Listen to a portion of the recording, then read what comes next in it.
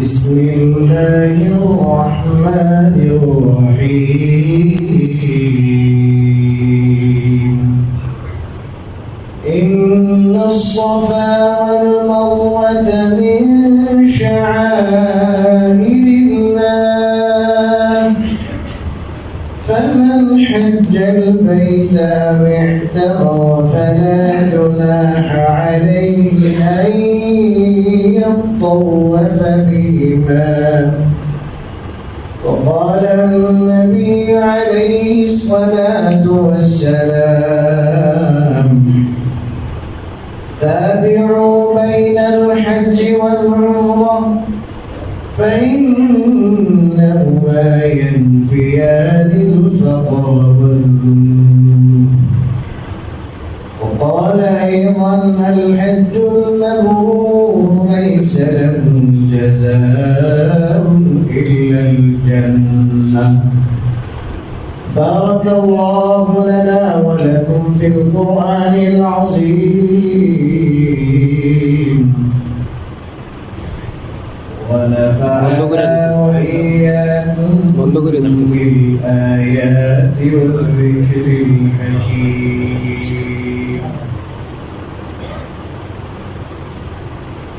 محترم মুসল্লিয়ান کرام, মহান আল্লাহর দরবারে লাখ কোটি শুকরিয়া জানাচ্ছি যে তিনি আমাদেরকে এই পবিত্র মাসের পবিত্র দিনে তার ঘরে আসার বসার কথা বলার এবং শোনার জন্য তৌফিক দান করেছেন। আলহামদুলিল্লাহ।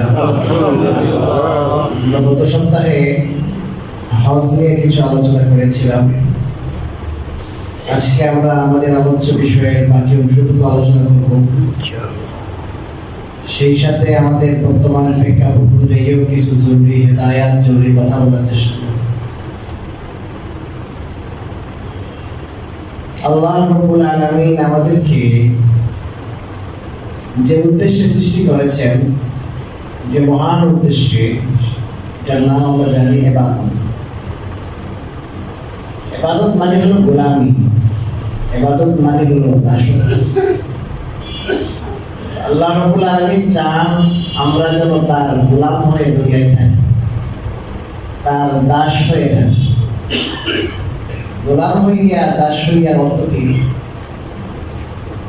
দুনিয়ায় যেমন গোলাম এবং দাসের কথা ছিল এবং গোলামের দাসের কোনো এখতিয়ার ছিল, ম্যাক্সিমাম ক্ষেত্রে এদের উপর নির্যাতন করা হয়। পয়সা যদি কামাই করে ওইটাও তার না, ওইটাও মরিবে।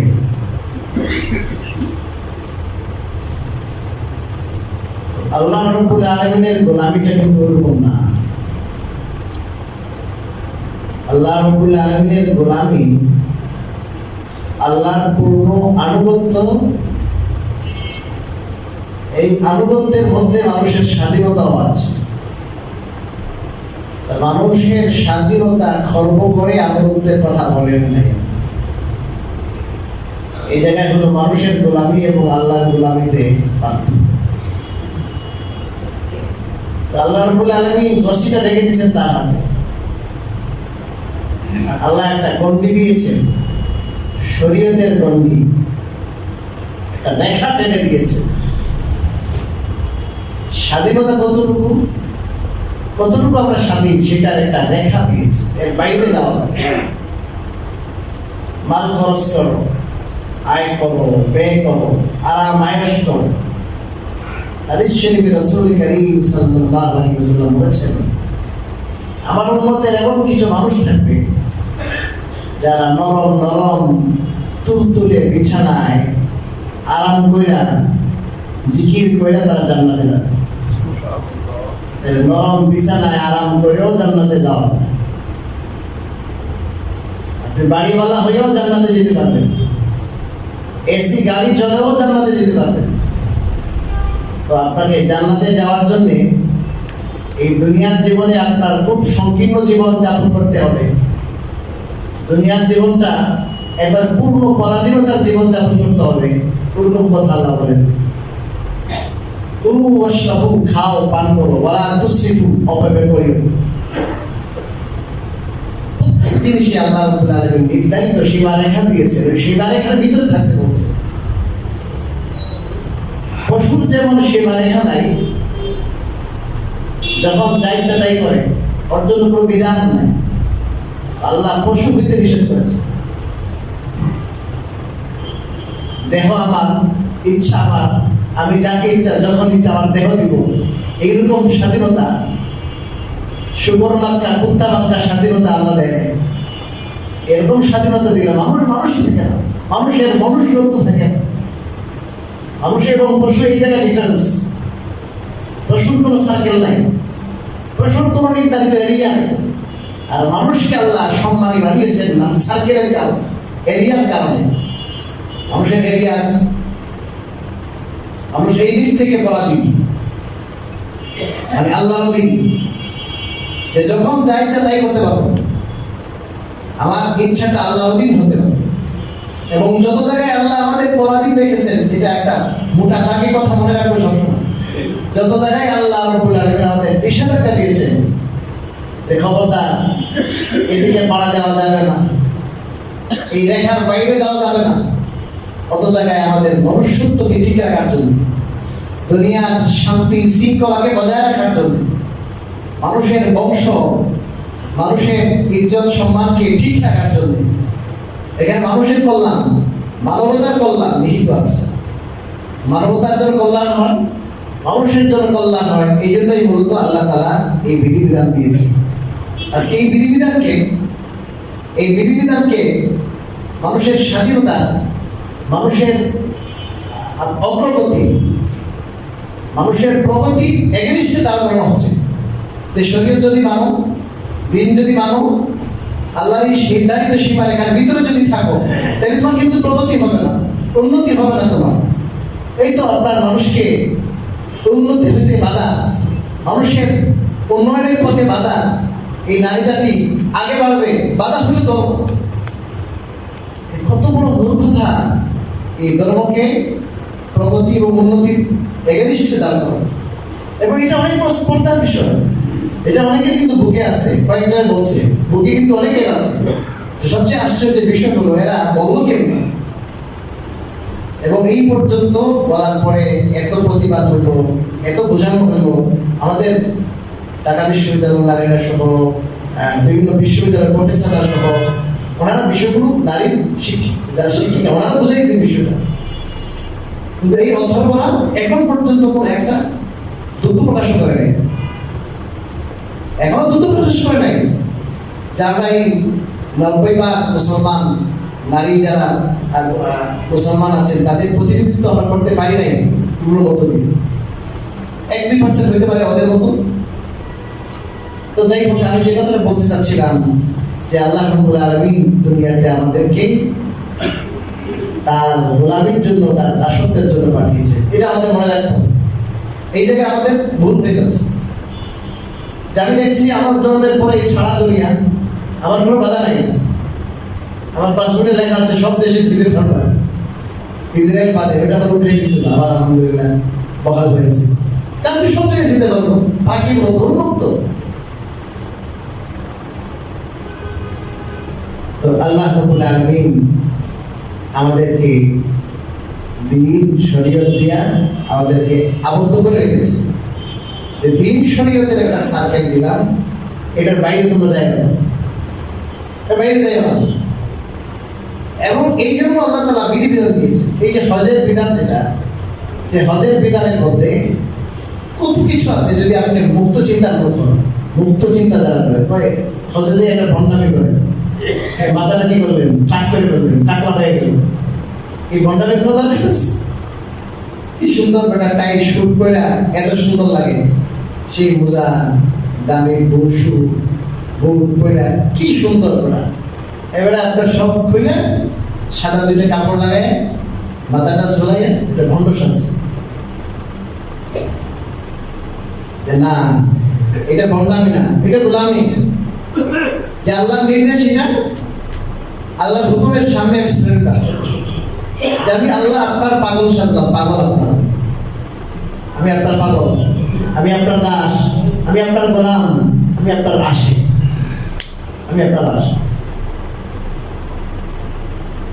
এবং আল্লাহ রাব্বুল আলামিনের একজন সত্যিকারের আশিক, যিনি তার মনের সবটুকু কামনা বাসনাকে বিসর্জন দিয়েছিলেন বারবার আল্লাহ তার থেকে পরীক্ষা নিয়েছেন এবং তিনি শতবার পরীক্ষায় উত্তীর্ণ হয়েছেন।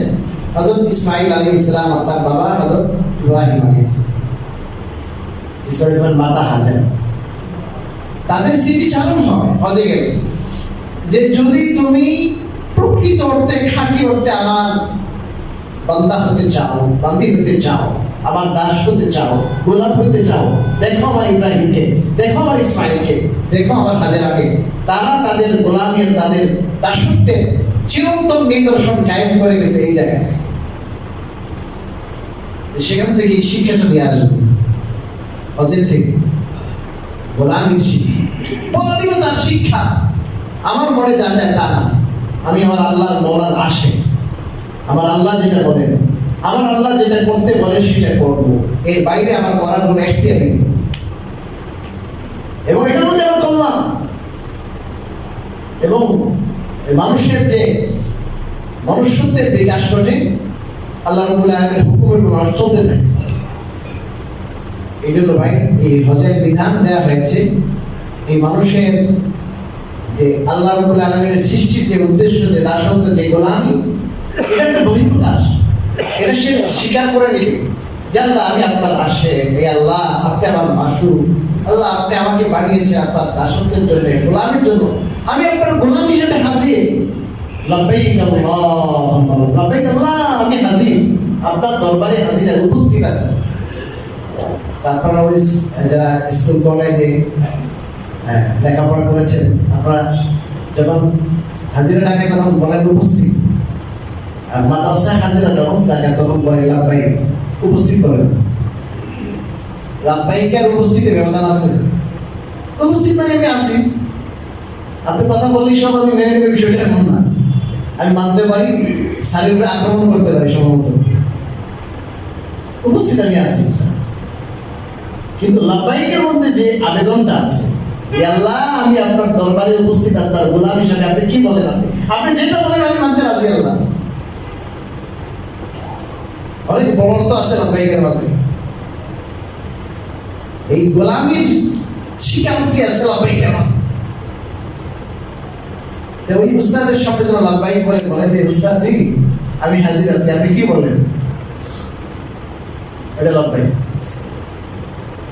لبيك اللهم لبيك لبيك لا شريك لك لبيك। কতবার লাব্বাইক, কতবার লাব্বাইক, আসলে তাওহীদের স্বীকারোক্তি দিচ্ছে। আর কোনো মাবুদ নাই, আর কোনো রব নাই, রব আপনি, মাবুদ আপনি, ইবাদতের যোগ্য। গোলামি যদি করতে হতে আপনার তো আর কারো গোলামি করবো, এটা বারবার স্বীকারোক্তি দিচ্ছে। এটা বারবার বলা হচ্ছে। হজের অর্থই হলো আপনি বারবার পড়বেন এটা, এবং লাব্বাইক দিয়ে শুরু করবেন হজের কাজ। হজের আবেদনটা নিয়ে আসলাম এই জন্য, তো হজের মধ্যে যে আবেদন নিহিত, এই জন্য রাসূলুল্লাহ সাল্লাল্লাহু আলাইহি ওয়াসাল্লাম বলেছেন তাবিউ বাইনাল হজ্জ ওয়াল উমরা। হজ করেছো, হজের পরে উমরা করো, উমরা করেছো, উমরার পরে হজ করো। প্রশ্ন হলো হুজুর উমরা করে আসছি 1.5 লাখ টাকা, এবার যদি হজ করে লাগবে 6-7 লাখ, তখন আমার টাকা পয়সা কি হয়ে যাবে, কি হবে, কমে যাবে না?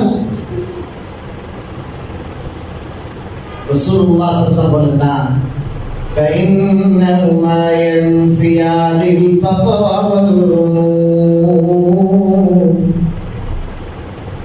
তোমার টাকা পয়সা কমে যাবে না, তুমি দরিদ্র হয়ে যাবে না।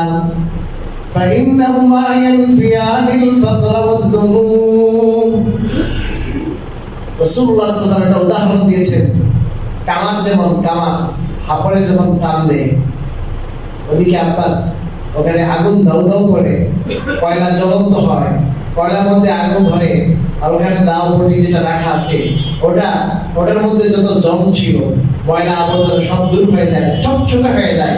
ঠিক তদ্রূপভাবে যে মানুষ সঠিকভাবে সঠিক নিয়তে হজ করবে, উমরা করবে, তার অন্তরে যে গুনার মরিচা আছে, দাগ আছে, ওটা সব ওই হাপড়ের আপনার চাপে যেমন আগুন জ্বলে, কয়লা যখন দগ্ধ হয়, সেই কয়লার তাপে যেমন সমস্ত মরিচা দূর হয়ে যায়, দাগ দূর হয়ে ওইটা পিনপিনা হয়ে যায়, লোহাটা ঠিক তদ্রূপভাবে এই অন্তরটা পিনপিনা হয়ে যায়।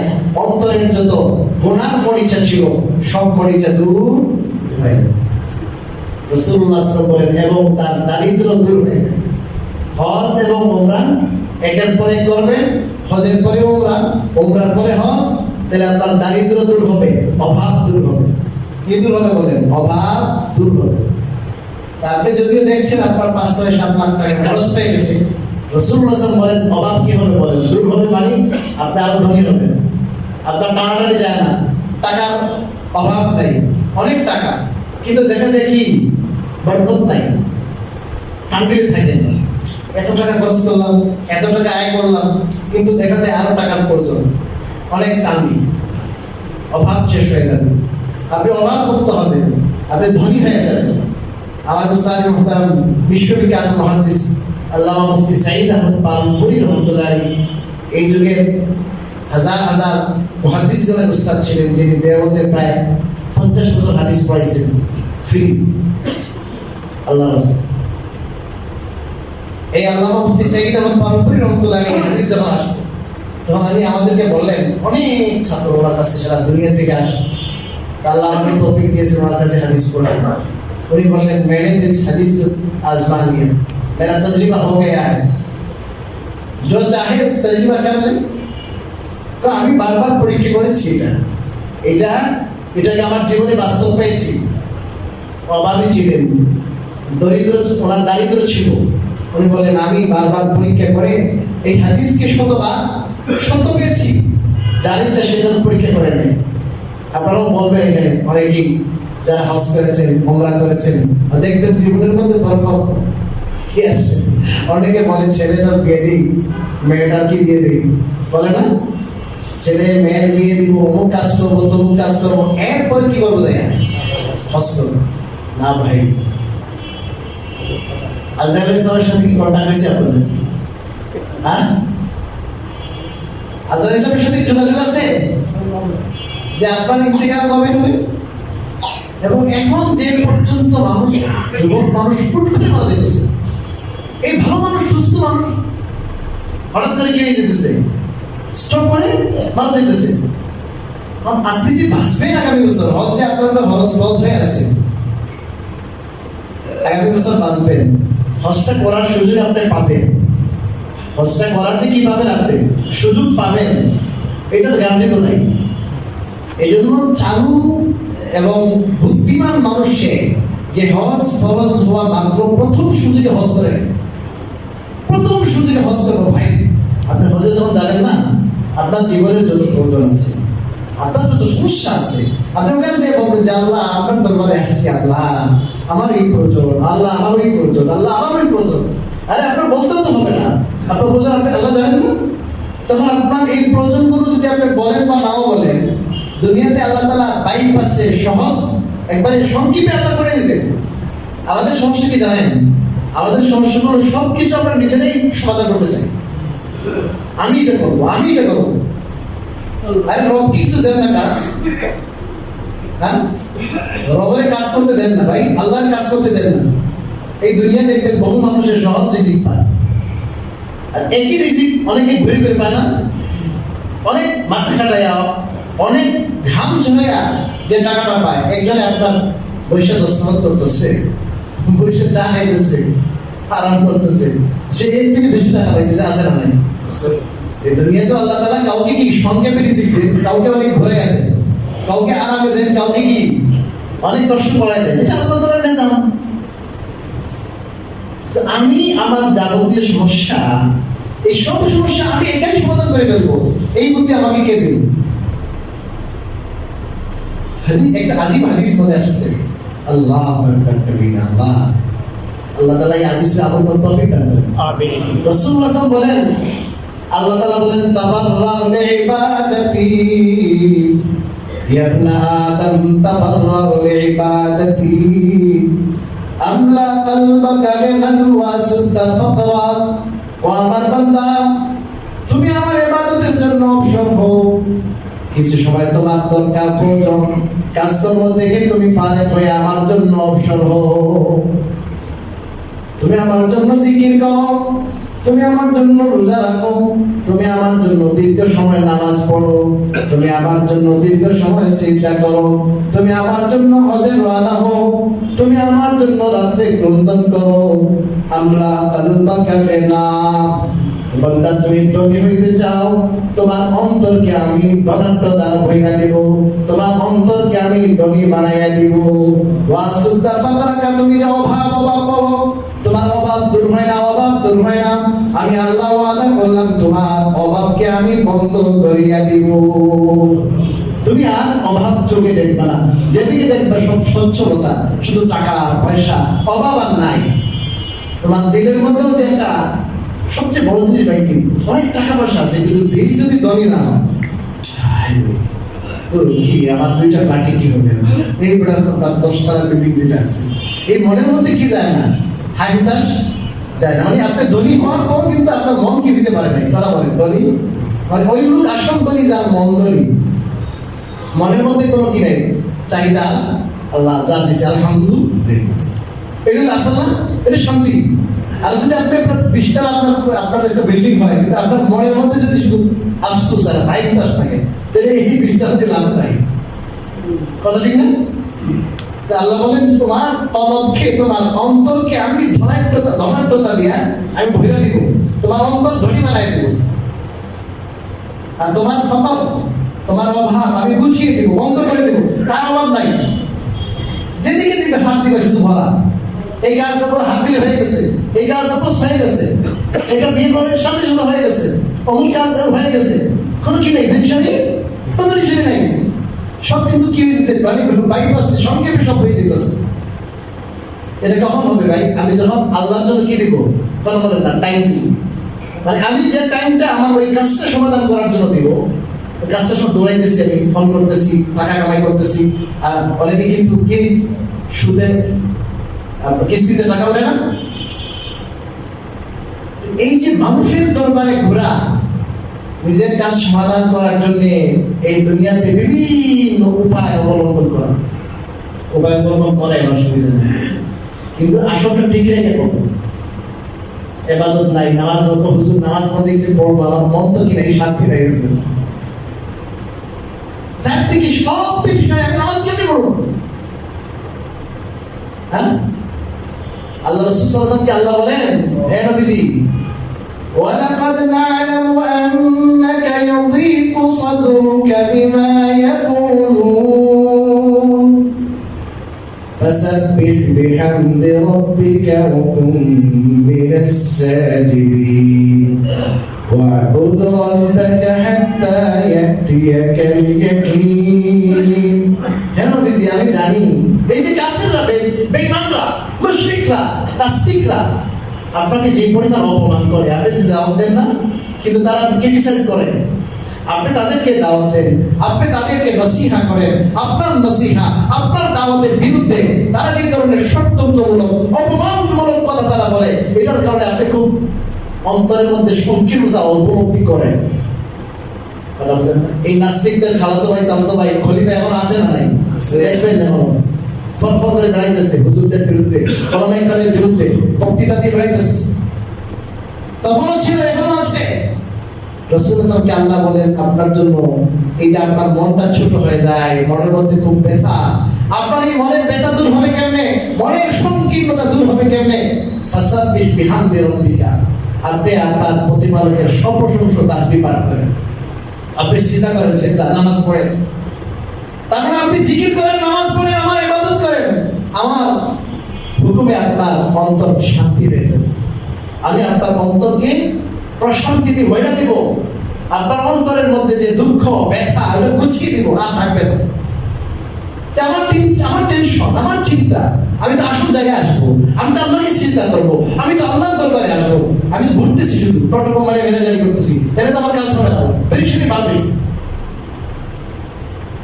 এই জন্য ভাই পেরেশানি কমানো, টেনশন কমানো, কাজকে সহজভাবে সমাধান করার জন্য আল্লাহ তাআলার জন্য সময় ব্যয় করতে হবে, আল্লাহ থেকে আসতে হবে। তাহলে আল্লাহ কি করবেন? সরাসরি আল্লাহ তাআলা আবার কাজ করে দিবে।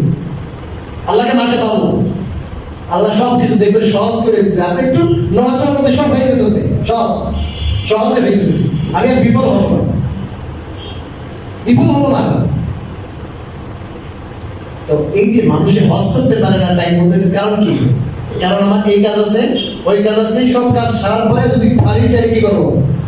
পরে এখন ডায়াবেটিস খুব বেশি নীল হয়ে যায়, অনেক সময় ডায়াবেটিস বেশি হয়ে যায়, কোমরে ব্যথা, আবার গরমের তীব্রতা, সত্যি কথা বলতে মারা গেছে, ভয় লাগতেছে, এখন কোনো বদলি হজ করা যায় কিনা। হাইরে লাখ লাখ কোটি কোটি টাকার মালিক, কিন্তু কি করতে পারলাম না? আল্লাহর ঘরটা দেখার কি পাইলাম না, সুযোগ পাইলাম। অনেকে আছে মারাও যায়, মসজিদ করা যেতে পারতেছে না, হজে বদল করে। একবার কমলা করে বাদাম বেছে, বুঝলেন? বাস্তব করো না, কমলা করে বাদাম বেছে, এইবারে বাদাম বেছে আর কিছু কিছু টাকা জমা। আল্লাহ, আমি তো বাদাম বেছি, আমাদের মনে ইচ্ছা আল্লাহ আপনার ঘরটা দেখা।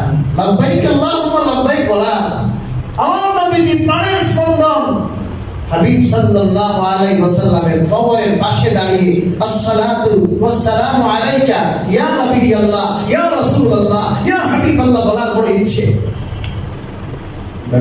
দোয়া করে মাঝে মাঝে কিছু সদকা করে টাকা জমায় রাখবে। এদের টাকা জমাই হইব 20,000 30,000 পর্যন্ত।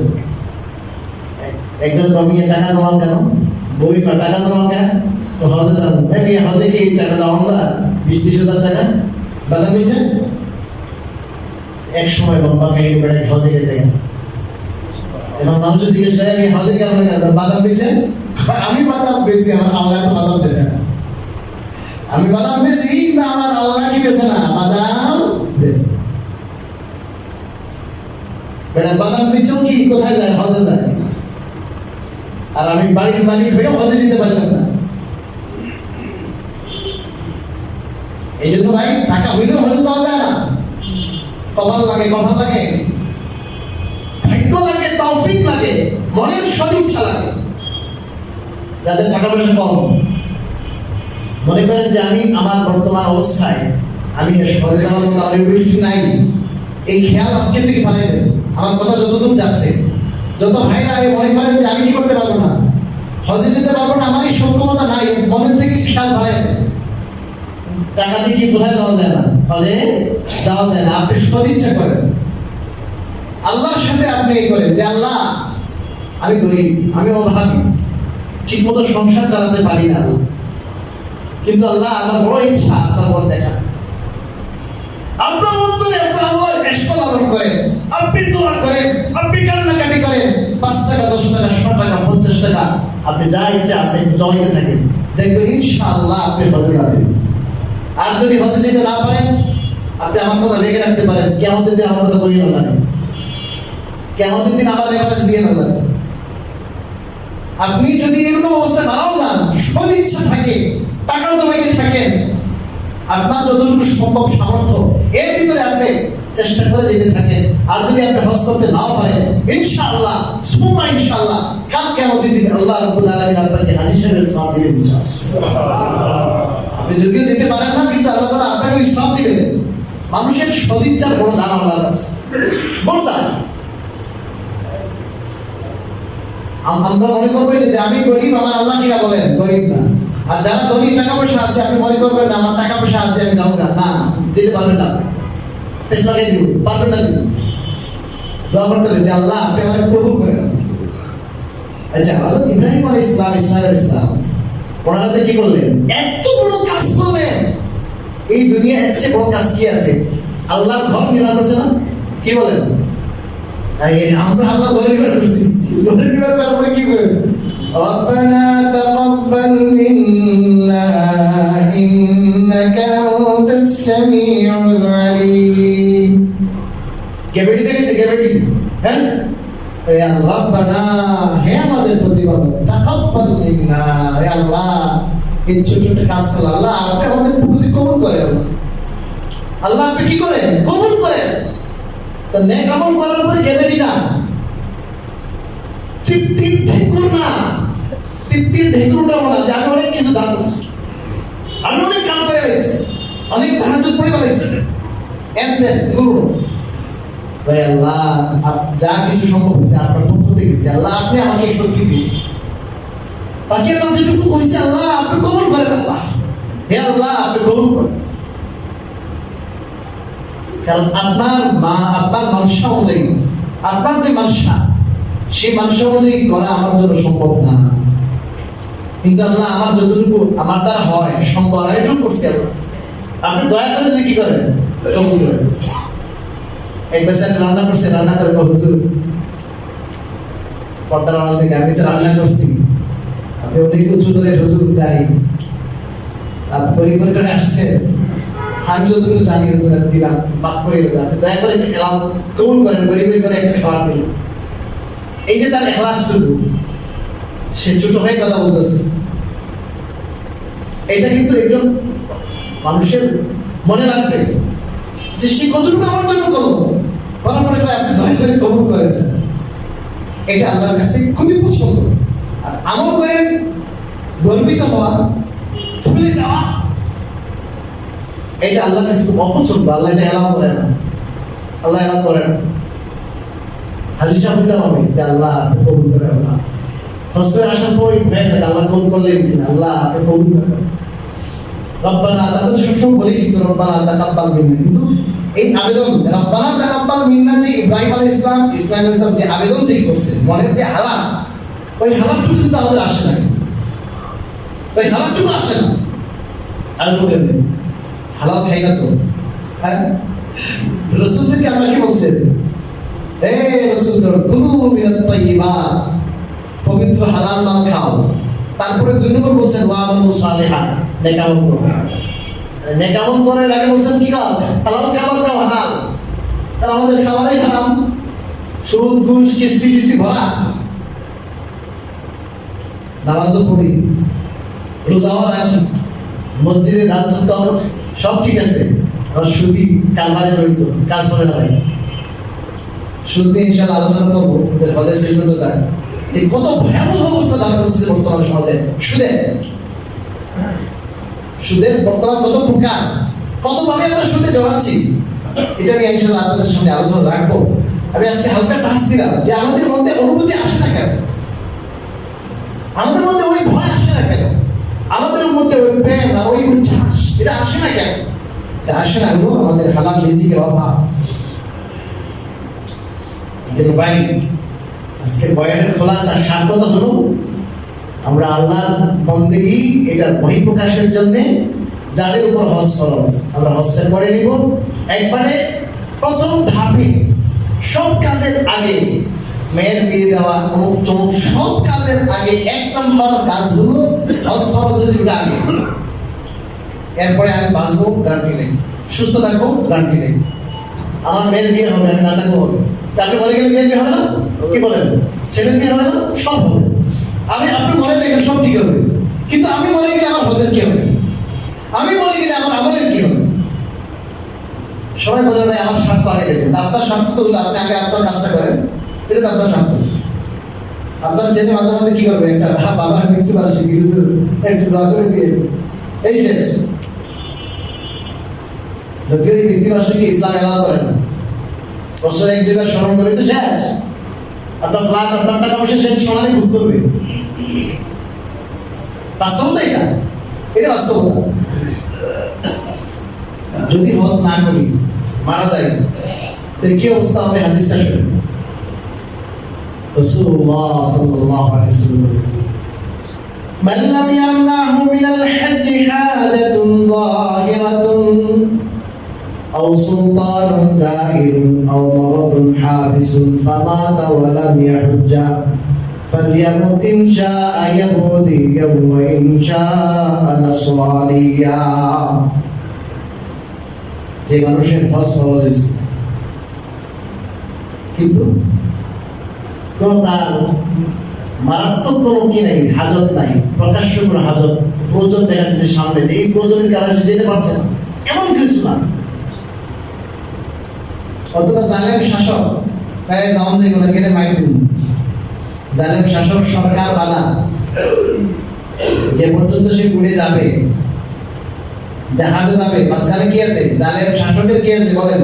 বাধা আছে, সে কি করতে পারছে না, যেতে পারছে না। ওই বাধার কারণ, শাসকের বাধার কারণ, অথবা মারাত্মক রোগ, এই রোগে তাকে আটকে রেখেছে, এমন রোগ। এরকম যদি কোনো সমস্যা, তিনটা সমস্যার কথা বলেছেন, এই তিনটা সমস্যার মারাত্মক কোনো প্রয়োজন, শাসকের বাধা, আর এমন রোগ যে রোগের কারণে সে যেতে পারছে না। এই তিন কারণ ছাড়া যদি কেউ হজ ফরজ হওয়ার বড় হজ না করে মারা যায়, রাসূলুল্লাহ সাল্লাল্লাহু আলাইহি ওয়াসাল্লাম বলেন সে মুসলমান হয়ে না, সে চাইলে ইহুদি হয়ে বলুন, সে চাইলে খ্রিস্টান হয়ে বলুন। কত বড় ধমকিটা! আর যদি হজকে করে তার জন্য সুসংবাদ কি? রাসূলুল্লাহ সাল্লাল্লাহু আলাইহি ওয়াসাল্লাম বলেন ওয়াল হজ্জুল মাবরুর লাইসা লাহু জাযাউন ইল্লা জান্নাহ। হজ্জে মাবরুরের প্রতিদান আর কিছু না, জান্নাত ছাড়া। মানে জান্নাত নির্ধারিত, জান্নাতই আর হজ্জে মাবরুরের একমাত্র প্রতিদান, জান্নাত। এত বড় জিনিস। আরেক হাদিসে হজ্জে মাবরুর কি জিনিস? যে হজের মধ্যে গুনাহ নেই। কি করে নাই বলেন? গুনাহ করে নাই। চোখকে অপাত্রে ব্যবহার করে নাই, কানকে অপাত্রে ব্যবহার করে নাই, শরিয়ার খেলাফ কোনো কাজ সে হজে যায় করে নাই, পরস্পর গালমন্দ করে নাই, মারামারি ঝগড়া ফাসাদ করে নাই, মিয়া বিবিদের সাথে স্বামী স্ত্রী সুলভ কোন আচরণ করে নাই হালাল হওয়ার আগ পর্যন্ত। তাহলে সে যদি এরকম হজ করে আল্লাহর বিধান মতো সুন্নাহ অনুযায়ী, তাহলে এটার নাম হজ্জে মাবরুর। এটা হজ্জে মাবরুর, মাকবুল হজ। এই হজের মধ্যে নেকি করে খারাপ কাজ করে। এই হজ্জে মাবরুরের জন্য কি দরকার ভাই? সর্বপ্রথম হজ্জে মাবরুরের জন্য এই কথা বলে শেষ করতেছি যে হজের ইলম দরকার। অনেক ভাইরা মাশাআল্লাহ খুব আবেগী, ইশক আছে, মহব্বত আছে, হজ করবার, কিন্তু হজের যথাযথ পর্যাপ্ত ইলম যেটা ওটা নিয়ে যায় না।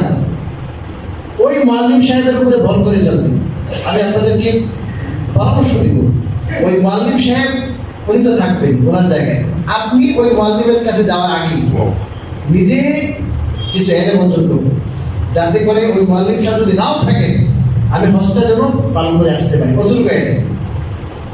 অতটুকু ইলম আমার জন্য ফরজ। এটা ফরজে আইন। মানে আমি হজ করবো, আমার জন্য ফরজে আইন হলো হজের প্রয়োজনীয় মাসলা মাসাইল আমাকে জানতে হবে। হজের প্রয়োজনীয় মাসলা মাসাইল আপনি জানেন, আপনি 7 টাকা খরচ করতে পারবেন।